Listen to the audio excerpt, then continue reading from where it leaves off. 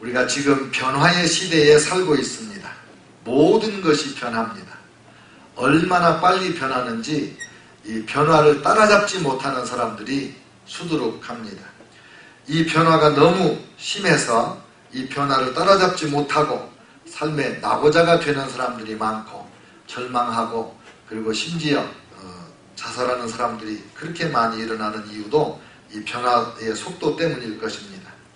변화에는 궁극적으로 두 가지가 있어요. 긍정적인 변화가 있고 부정적인 변화가 있습니다. 예를 들면 음식이 썩으면 부패한다고 그러고 또 음식이 좋은 쪽으로 변화되면 발효한다 그러잖아요. 사회가 더 나은 쪽으로 변하면 발전한다 그러고 더 못한 방향으로 가면 퇴보한다 그러고 쇠퇴한다 그래요. 사람의 관계도 좋아지면 가까워진다 그러고 나빠지면 멀어진다 그래요. 이게 다 변화입니다. 긍정적으로 변하면 성장했다, 성숙했다 그러고 부정적인 방향으로 변하면 타락했다 그렇게 말합니다. 오늘 성경 본문에 보면 복 있는 사람이란 말이 나오고 악인이란 말이 나옵니다. 그 복 있는 사람은 하나님이 기뻐하시는 하나님이 복 주는 사람으로 변해가는 것이고 악인이 되고 죄인이 되고 오만한 자의 자리에 앉는 오만한 자가 되는 것은 타락하는 것을 말씀하겠지요. 그래서 오늘은 사람은 어떻게 변하는가 그런 주제로 말씀을 함께 나누겠어요. 변화하는 요인이 뭘까? 어떻게 타락할까? 어떻게 복 있는 사람이 될까? 하나님의 사람으로서 어떻게 어떤 생각을 머리에 새겨야 우리가 복 있는 사람으로 살아갈 수 있을까? 이런 주제로 말씀을 나눠보겠습니다. 사람들은 몇 가지 요인에 의해서 변화를 하게 됩니다. 첫 번째는 환경적인 요인이 있어요. 사람은 환경의 영향을 받습니다. 어떤 엄마가 자기 아들이 맨날 상여놀이만 하니까 여기 있다가는 큰일 나겠다고 해서 시장으로 이사를 가요.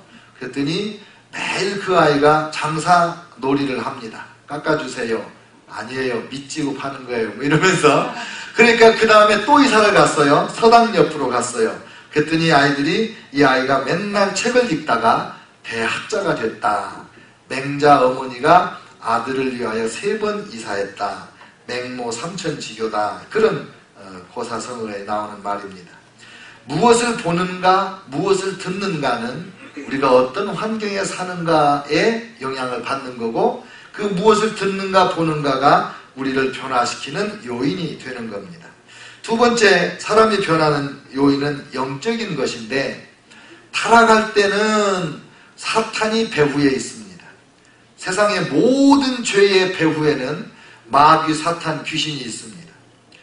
그 사탄의 속임수에 넘어가서 하나님을 반역하게 되고 하나님의 말씀을 무시하고 그 육신의 정욕, 안목의 정욕, 이생의 자랑 이런 죄악에 빠지게 되고 인생을 망치게 되는 거죠. 그런가 하면 이 죄인들이 타락했다가도 새 사람으로 변하는 데에는 하나님이 계십니다. 하나님의 성령의 역사가 있어서 우리가 변화되는 겁니다. 사람이 스스로 변화되려고 발버둥을 쳐도 어려운데 하나님의 성령의 도우심을 받으면 얼마든지 새 사람이 될 수가 있습니다. 고린도후서 5장 17절 누구든지 그리스도 안에 있으면 새로운 피조물이라 이전 것은 지나갔으니 보라 새 것이 되었도다. 저와 여러분도 이렇게 거룩한 주일에 예배자로 이 자리에 있을 수 있기까지는 이 하나님의 은혜로 우리가 새 사람 되었기 때문에 가능한 것입니다. 그 다음에 사람이 변화하는 세 번째 요인은 정신적인 요인인데 사람이 변하는 그 요인으로서 환경적인 요인, 영적인 요인이 있으나 실상 내가 변하느냐 안 변하느냐 또 어떻게 변하느냐는 내가 결정하는 겁니다. 정신적인 요인인데 내가 변화의 주역이라 이 말이에요. 무슨 말이냐면 심리학에서는 이렇게 말했어요. 사람은 늙어가면서 변화하는 것이 아니라 원래 자신의 모습이 되어가는 것이다. 원래 내 마음에 어떤 생각이 있었기 때문에 나이 들어가면서 점점 그 사람이 됐다는 거예요. 그러니까 늙어서 훌륭한 사람은 어려서부터 마음에 훌륭한 생각이 있었고 젊어서는 반듯하게 살다가 늙어서 타락했다면 속에 어려서부터 타락한 본성이 있었다는 거죠. 무서운 얘기 같아요.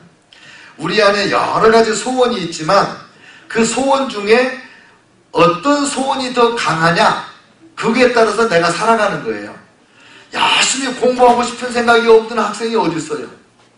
그러나 공부하는 것보다 놀고 싶은 생각이 더 강하니까 우리 자녀들이 노는 거예요. 반듯하게 가고 싶죠. 그런데 왜 구불구불 가냐? 구불구불 가보고 싶은 소망이 내 안에 있기 때문에 그리 간다는 거예요. 그 곧게 가고 싶은 것보다 더 강한 소원이 내 안에 있기 때문에 내가 결정하는 거예요. 내가. 사람들은 이것을 이렇게 중요하게 여기지 않는 것 같아요. 근데 실상은 부지런히 살고 싶다, 좀 게으름 피며 살고 싶다. 근데 그가 부지런하다는 것은 게으름에 대한 열망보다 부지런함에 대한 내 소망이 크기 때문에 부지런하게 사는 거예요. 우리 말을 들어보면 그걸 금방 알 수 있어요. 그 사람 변했어 이렇게 말하지, 그 사람 변화당했어 이렇게 말합니까? 그가 원하는 대로 변했다 이 말이에요. 그 사람 타락했어 그렇게 말하지, 그 사람 타락당했어, 타락되었어 이렇게 말 안 하죠. 왜? 타락하는 사람이 원해서 타락했다는 것을 우리 언어에서 그냥 그렇게 나타내고 있는 거예요. 그 사람 성장했어, 많이 컸어 이렇게 말하지, 그 사람 많이 키워졌어, 누가 그렇게 말 안 하잖아요. 내가 크는 거예요. 내가 변하는 거예요. 흔히 남을 탓하고 환경을 탓하는 경향이 있지만 실상 그 환경도 내가 선택하는 거예요. 친구를 잘못 만나서 내가 타락했다. 그 친구를 선택한 게 누구예요? 그 친구하고 어울리기로 한 게 누구예요? 나거든요. 그래서 모든 변화의 주체는 바로 나다. 내가 제일 중요하다. 그걸 기억해야 돼요. 사람이 변화하는 것은 마음에서 결정이 되거든요. 그래서 마음이 가장 치열한 전쟁터예요.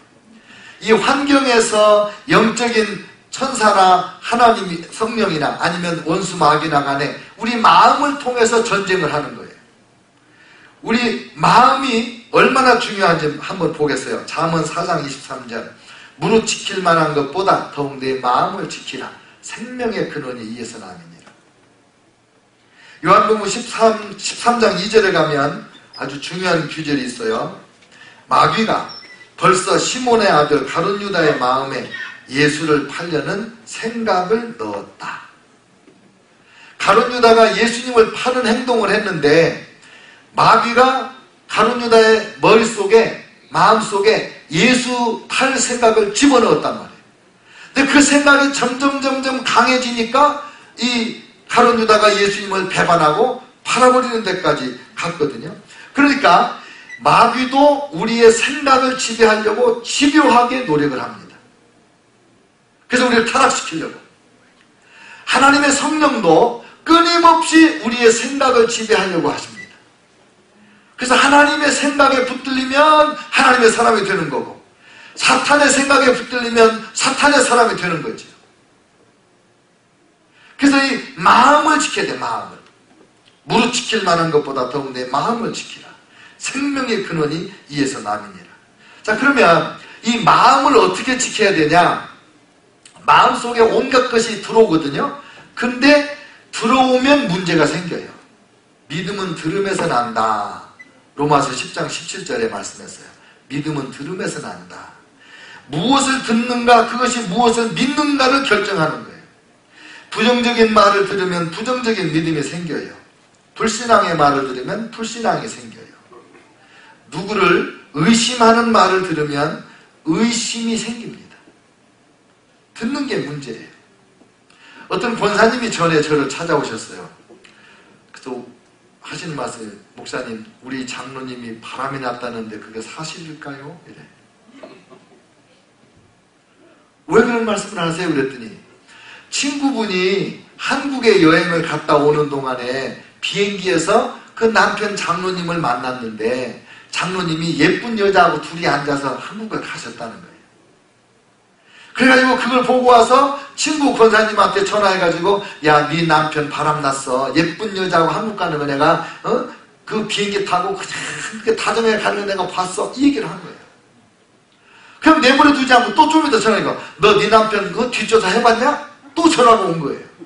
그러니까 처음에는 아유 우리 장로가 그럴 사람 아니야 이러다가 자꾸 그 친구가 봤다고 얘기하니까 의심이 생기는 거예요. 그래서 저한테 찾아와가지고 목사님 어떻게 됐을까요? 이래. 그래서 제가 물어봤어요. 본사님 여자들은 뭐 여자의 직감이 있다며요. 본사님 생각이 어때요? 그러니까 제 생각이야 뭐 평생 같이 산 사람이 그런 거 안 그럴 줄 알죠. 그러면 그걸 믿으세요. 자꾸 들려오는 그 의심의 소리, 나쁜 소리 들으니까 믿음이 생기는 거거든. 그러니까 사실 우리는 믿음을 전파하고 사는 거예요. 무슨 말을 하든지 내 말을 들으면 그 사람의 그 믿음이 조금 이렇게 자라가거든. 그래서 세상과 교회는 사람들의 마음을 점령하려고, 사람들의 생각을 점령하려고 치열한 영적 전쟁을 하고 있는 거예요. 사람들의 머릿속에 온갖 잡동사니를 막 집어넣는 거예요. 원수마귀가. 그 마음이 쓰레기통이 되면 그 인생이 쓰레기통 같은 인생이 되고 그의 삶이 온갖 냄새나는 일로 가득 차게 되는 거예요. 그러나 하나님의 말씀을 듣고 하나님의 진리의 말씀을 깨닫고 하나님의 사랑의 말씀을 들어서 내 머릿속에 하나님의 사랑으로 가득 차잖아요. 그러면 그 사람은 사랑을 말하게 되고 사랑을 행하게 되고 그러면 사랑이 충만한 인생으로 멋진 인생으로 이제 한 평생을 살게 되는 거죠. 전쟁은 여기서 하는 얘기예요. 머리에서. 그래서 여러분 물건이 좋은 것이 팔리겠어요? 아니면 광고 많이 한 게 팔리겠어요? 광고 많이 한 게 팔립니다. 물건은 대충 만들어 놓고도 계속 텔레비전, 라디오, 신문 광고하면 물건 막 팔립니다. 심지어 성형외과 의사 선생님이 저보고 그래요. 아니 목사님 광고를 어떻게 할까요? 아 해야죠. 왜요? 그러니까 광고가 나가면 그 주간에 수술 받으러 오는 사람이 있는데 그 일주일도 안 돼서 손님이 딱 끊어지면 팔이 날린다는 거예요. 그래서 제가 광고 자꾸 하세요 그랬어요. 광고가 무서운 거예요. 자꾸 들으면 믿음이 생기는 거예요. 그러면 사람을 어떻게 타락시키냐? 원수마귀가 사람들을 타락시키는 원리가 3단계로 있어요. 그 전략이. 첫째, 생각에 이 사탄의 생각을 머리에 막 집어넣어요. 자꾸 집어넣어서 믿음이 생기게 해요. 그 다음에는 그 대치된 사탄의 생각을 따라서 행동을 옮기게 해요. 행동. 그 다음에는 그 행동이 습관화되고 그 사탄의 생각대로 행동해서 나쁜 짓 해가지고 얻은 열매를 맛있게 먹고 즐기게 만들어요. 그러면 이제 완전히 사탄의 종이 되는 거죠. 1절 보세요. 오늘 본문. 복 있는 사람은 악인의 꾀를 따르지 아니하며 죄인들의 길에 서지 아니하며 오만한 자들의 자리에 앉지 아니하고, 이게 그 3단계예요. 악인의 꾀를 쫓는다. 악인의 꾀, 사탄의 소리를 자꾸 듣고 보고 해가지고 머릿속에 자꾸 악인의 꾀가 들어오는 거예요. 그 다음에 이게 꽉 차면 죄인의 길에 서지 않는다 그랬죠. 죄인은 뭐냐면 이 악한 생각을 행동으로 옮긴 사람은 죄인이에요. 그래서 자꾸 그 죄의 길을 가요. 그 다음에 이제 오만해지면 죄를 질 때는 처음에는 좀 이렇게 죄책감도 느끼고 이러다가 오만해지면요 죄의 열매를 누려.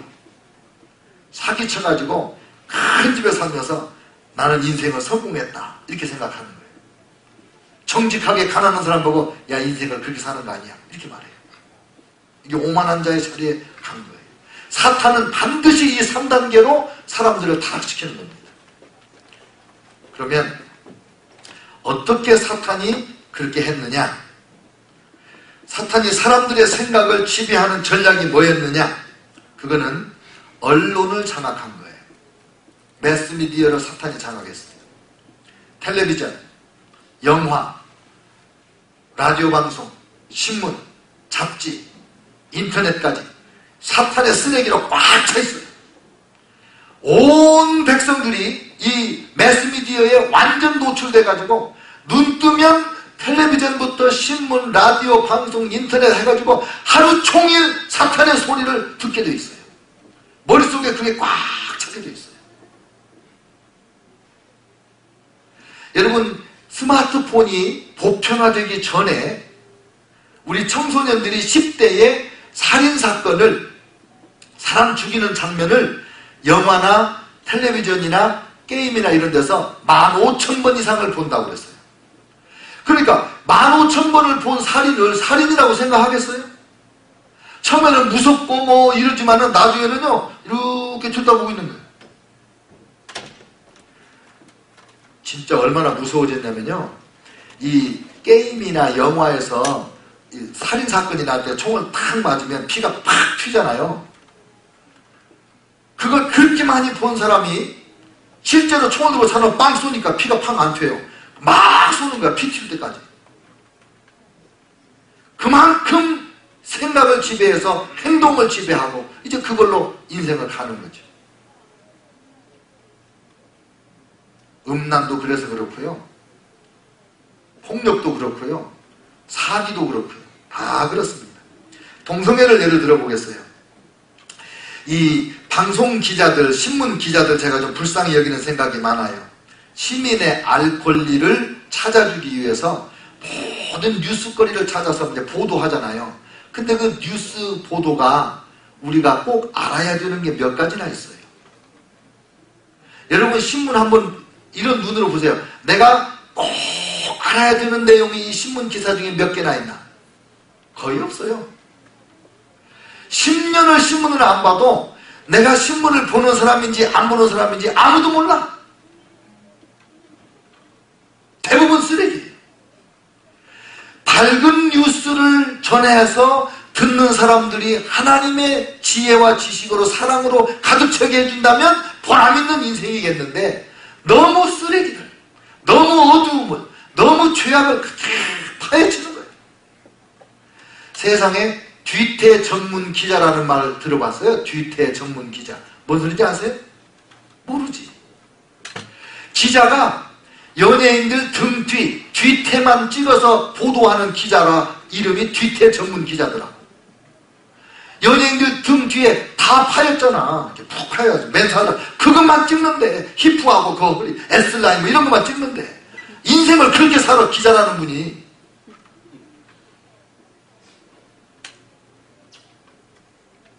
근데 보세요. 미국의 동성애가 3.3%입니다. 제가 어젯밤에 인터넷 서치해보니까 UCLA의 연구소 교수님이 그 발표를 이렇게 하시더라고요.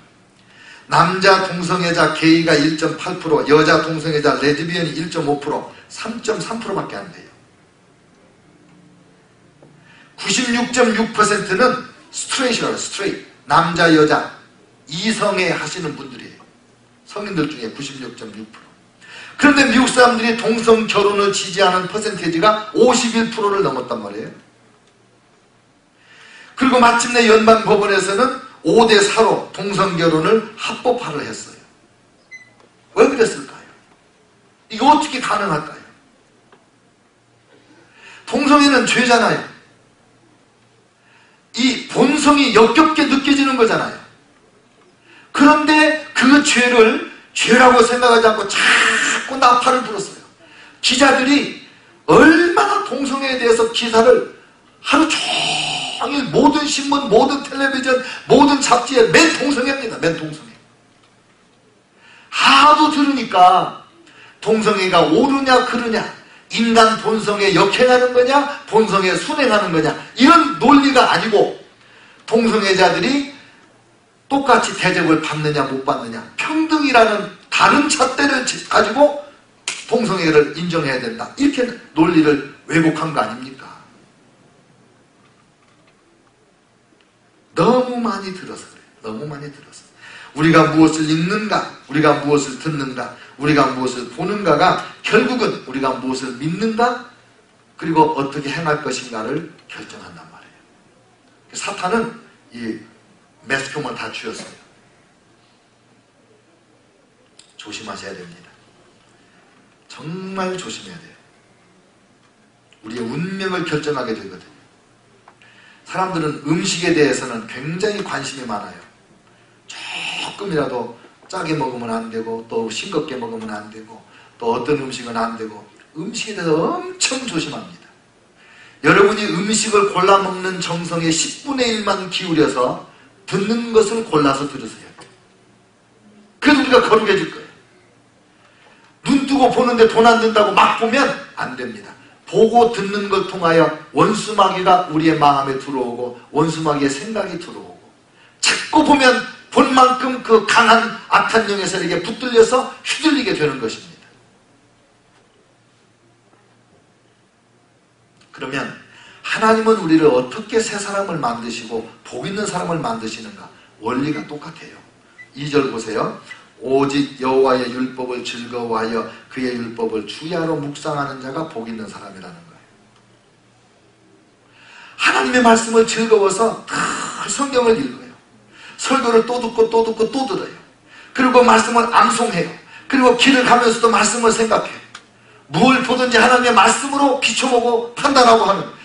그래서 말씀이 내 머릿속에 가득해지면 그 말씀을 따라서 말하게 되고 그 말씀을 따라서 행동하게 되고 사랑해라. 에이 저 인간은 사랑받을 인간이 못돼. 근데 또 사랑해라 또 사랑해라 또 사랑해라. 사랑할 수 없는 자를 사랑해라. 용서할 수 없는 자를 용서해라. 변명하지 마라. 이런 말씀을 계속 하나님 말씀으로 들으면 나중에는 정말 용서할 수 없었던 사람도 그래 저 인간도 불쌍한 인간이니까 용서해야지. 용서가 돼요. 그래서 복 있는 자의 자리에 들어가는 거예요. 그러니까 사탄이 하나님의 원리를 이용해서 사람들의 생각을 지배하고 있는 거예요. 믿음은 들으면서 난다. 그렇지. 사람들의 귀를 장악해야지. 옛날엔 책이 없으니까 듣는다고 그랬죠. 옛날엔 텔레비전이 없으니까 듣는다고만 말했지. 지금 같으면 보고 듣는 것을 함께 말하는 표현으로 우리가 이해하면 됩니다. 보세요. 시편 1편 2절도 그렇게 말했지만 여호수아 1장 8절에서도 이스라엘 백성을 이끌고 요단강 건너 가나안 땅을 점령해야 되는 큰 사명 앞에 두려워하는 여호수아 장군에게 하나님 말씀하셨어요. 이 율법책을 내 입에서 떠나지 말게 하며 주야로 그것을 묵상하여 그 안에 기록된 대로 다 지켜 행하라. 그리하면 내 길이 평탄하게 될 것이라 내가 형통하리라. 같은 원리예요. 같은 원리. 왕들에게도 왕이 될 때 제사장을 통해서 하나님의 율법책을 옆에다 두고 항상 읽으며 이 말씀대로 살아라. 그게 왕에게 주는 유일한 명령입니다.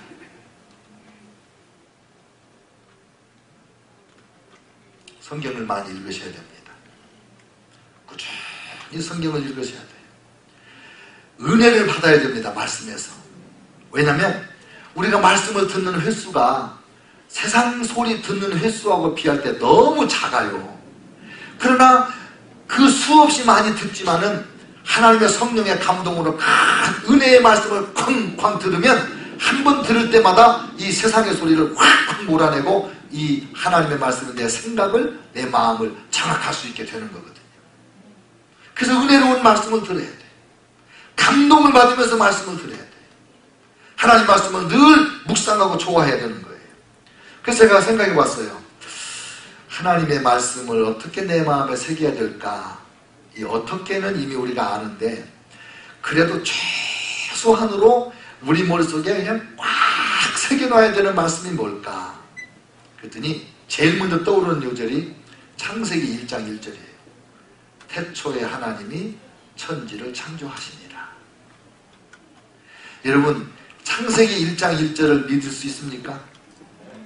이걸 믿으면 창세기 1장 1절부터 계시록 22장까지 못 믿을 것이 없습니다. 하나님의 태양을 거의 하루 종일 붙잡아 놓은 적이 있어요. 태양 그림자를 10도 뒤로 돌려놓은 적도 있어요. 에이 어떻게 그게 가능하냐. 이 지구가 자전하는 시간이 얼마나 빨리 돌고 공전을 얼마나 빨리 하는데 그걸 뒤집었다 그럼 큰일 난다. 그러지 큰일 나죠. 그러나 천지를 창조하신 하나님 앞에 그게 무슨 문제겠어요. 무에서 이걸 창조하신 하나님 앞에 어떻게 동정녀가 하나님은 창조하신 분이기 때문에 동정녀가 아기를 낳아서 우리 죄를 위하여 죽으시고 부활하시고 하나님께는 문제가 되는 게 아닙니다. 창세기 1장을 머릿속에 새기는 거예요. 우리 자녀들에게 학교 보내기 전에 태초에 하나님의 천지를 창조하셨다. 이거를 확실하게 믿어서 학교를 보내면 뭐 진화론이나 뭐나 아무 걸 다 가르쳐도 먼저 이 머리를 선점한 하나님의 진리가 우리 자녀들을 지켜줄 거예요. 창세기 1장 27절. 하나님이 자기 형상 곧 하나님의 형상대로 사람을 창조하시되 남자와 여자를 창조하시고. 하나님이 남자와 여자를 창조하셨어요. 어제 말씀을 준비하다가 좀 슬픈 생각이 딱 떠올랐어요. 사람들이 조금 잘못 살면 짐승 같은 놈 이러잖아요. 짐승 맛도 못한 놈 이러잖아요. 근데 제가 어젯밤에 슬픈 게 뭐냐면 짐승은 동성애를 안 하거든. 하나님이 지은 대로 암컷 수컷이 사랑하고 사는 거거든. 너무 슬펐어요. 요한복음 3장 16절. 하나님이 세상을 이처럼 사랑하사 독생자를 주셨으니 이는 그를 믿는 자마다 멸망하지 않고 영생을 얻게 하려 하십니다. 이런 말씀은 우리 머리에 확 새겨져 있어야 됩니다. 새겨져 있어야 돼요. 그리고 제가 지난 5월달 한국에 나가 있을 때부터 시편 103편에 요즘 말로 필이 꽂혔다고 해요. 제가 그 말씀에 은혜를 많이 받았어요. 그 말씀에 이런 게 있어요. 3절로 5절까지 보면 여호와께서 내 모든 죄악을 사하시며 내 모든 병을 고치시며 내 생명을 파멸해서 속량하시고 인자와 긍휼로 관을 씌우시며 좋은 것으로 내 소원을 만족해 하사 내 청춘으로 독수리같이 새롭게 하시는도다. 이런 말씀, 하나님은 나를 어떻게 사랑하시는가, 이런 말씀을 마음판에 완전히 새겨놔야 돼. 도장을 이렇게 새기듯이 하나님의 말씀을 내 마음에 새겨야 돼. 이런 말씀 이렇게 문질러도 지워지지 않게 인장을 새기듯이 말씀을 새겨서 하나님은 내 모든 죄를 용서해 주시는 분이시다. 하나님은 나를 모든 환난에서 건지시는 분이시다. 하나님은 인자와 긍휼로 나에게 멸류관을 씌워주시는 분이시다. 모든 좋은 것으로 내 소원을 만족해 해주셔서 내 인생을 독수리같이 만들어주시는 하나님이시다. 믿으십니까? 이것을 믿는 사람은 흔들릴 이유가 없어요. 방황할 이유가 없어요. 뭐가 두렵습니까? 천지를 창조하신 하나님이 나를 이렇게 사랑하시고 나를 이렇게 구원해 주시고 나를 이렇게 축복해 주시는데 우리가 죄를 짓고 살 때가 많아서 하나님 앞에 나오기 두려울 때가 있습니다. 그런데 시편 103편 8절로 14절에 여호와는 긍휼이 많으시고 은혜로우시며 노하기를 더디하시고 인자하심이 풍부하시도다. 자주 경책하지 아니하시며 노를 영원히 품지 아니하시리로다.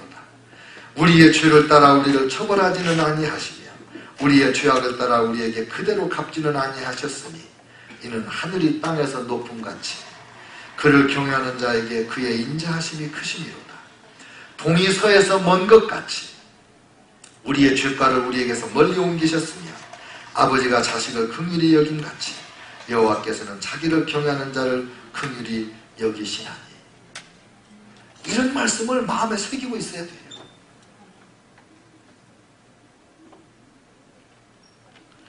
죄를 지어서 절대로 용서받지 못한다고, 나는 하나님께 버림받았다고 그렇게 단정 짓지 마세요.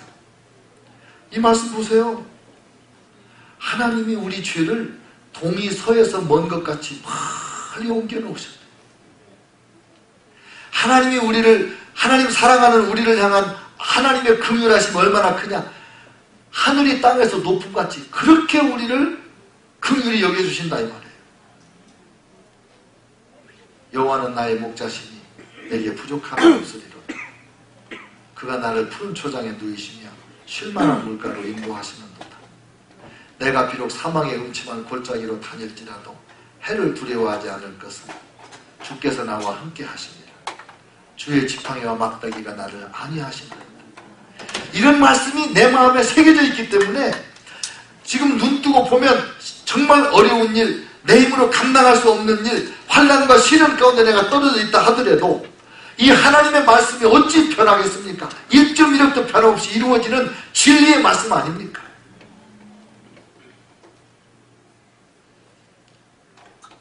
하나님이 나와 함께 하십니다. 하나님이 나를 사랑하십니다. 제가 생각해 보는 거예요. 내가 우리 자녀들에게 어떤 하나님의 말씀을 심어주었나.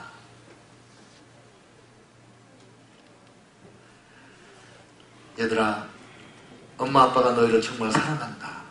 그런데 엄마 아빠가 너희를 사랑하는 것보다 하나님이 너희를 사랑하시는 것이 천배 만배 억만배 크다.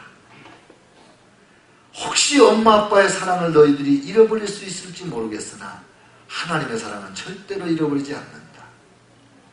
그걸 내가 심어주었나.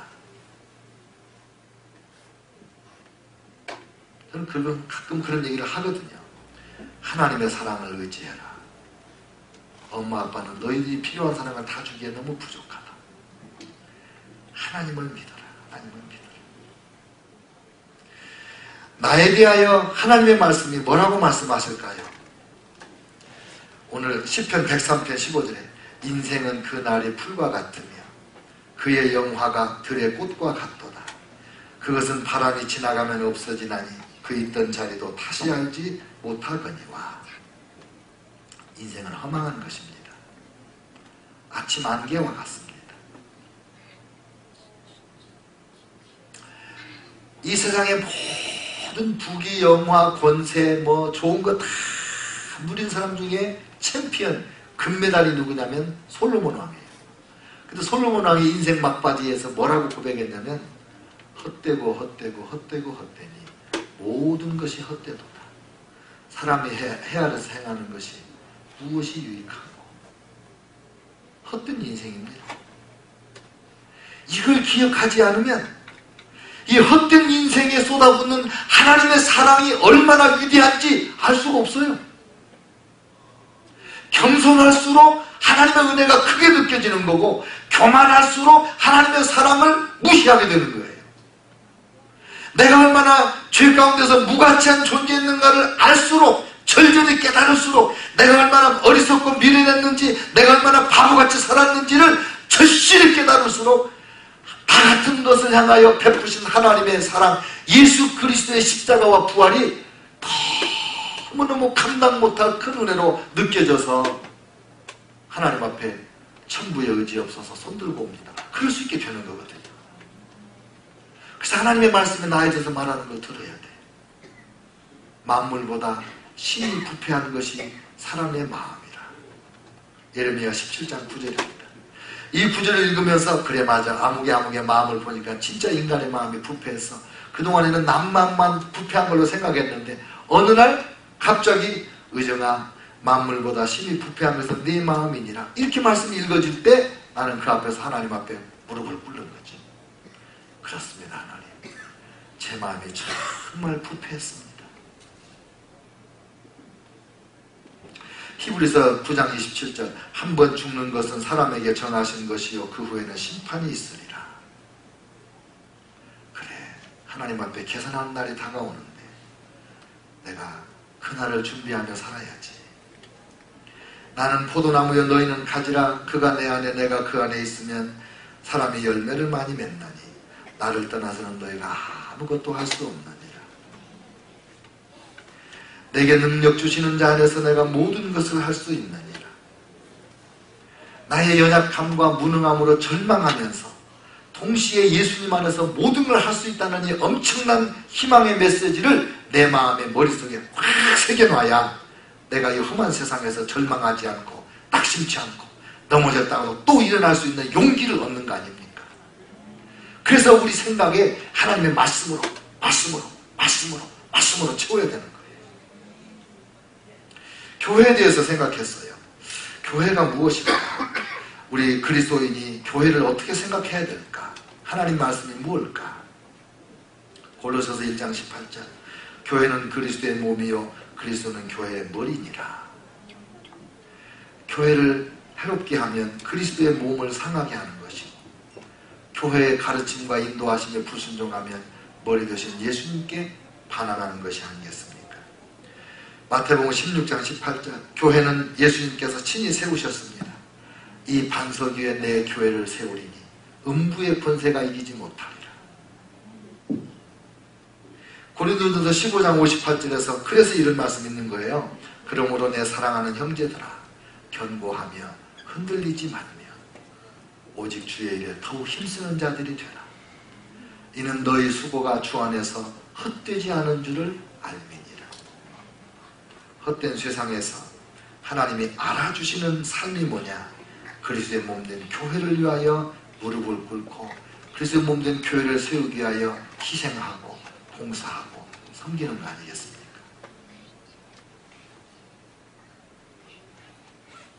여러분, 요한계시록 2장 3장에 가면 똑같은 말을 7번 반복을 해요.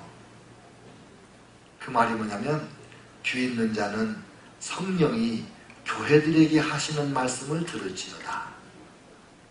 귀 있는 자는 성령이 교회들에게 하시는 말씀을 들을지어다. 왜 7번 얘기하는지 아세요? 7교회에 한 번씩 말씀하시는 거예요. 모든 교회에 말씀하시는 거예요. 성령의 음성을 들어라. 왜? 성령의 음성을 들어야 하나님의 말씀이 우리 마음과 생각을 지배하고 우리 행동을 지배하고 우리 인생을 지배하여 영광스러운 복 있는 자로, 어떤 사람?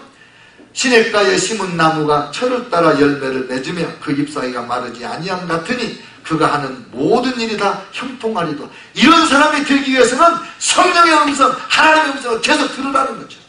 이 음성을 듣지 않으면 원수 마귀의 소리, 세상의 소리, 이 타락한 인간 본성의 소리를 들어서 우리가 악인의 꾀를 쫓는 것이 되고 죄인의 길에 서게 되고 오만한 자의 자리에 앉게 된다, 이 말입니다.